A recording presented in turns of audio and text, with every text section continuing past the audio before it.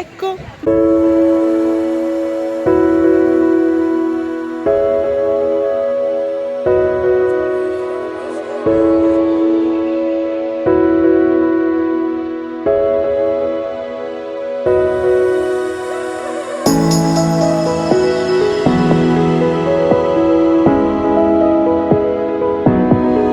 Siamo arrivati ad Aci Trezza e dietro di me c'è la chiesa madre San Giovanni Battista.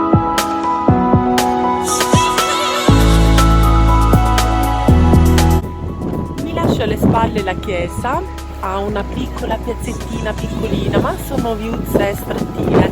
E adesso vi faccio vedere i faraglioni che sono proprio in mezzo al mare.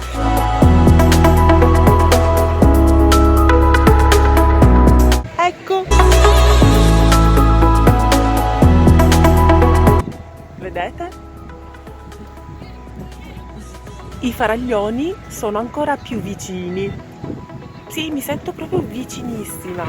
È molto suggestivo.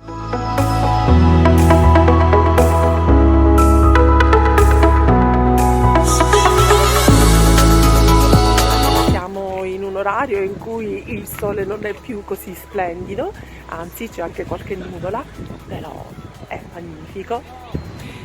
Queste casette piccoline, questi piccoli paesini che io sto visitando qui nella zona di Catania, sono tutti caratteristici, poi si affacciano sul mare e sono davvero belli.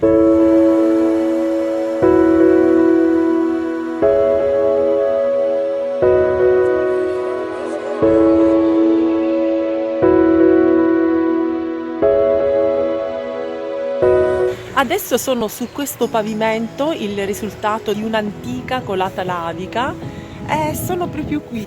Cammino su questo pavimento che è molto particolare e caratteristico.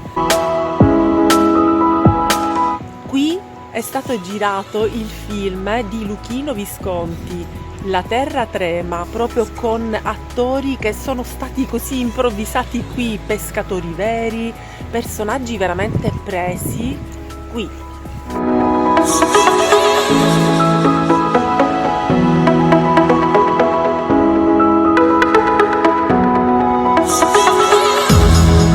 Io noto questa caratteristica, cioè queste pietre qui, ci sono pietre grandi, piccole, medie, tutte ammassate, formano recinti, recinzioni. Ogni posto che vai ha le proprie caratteristiche.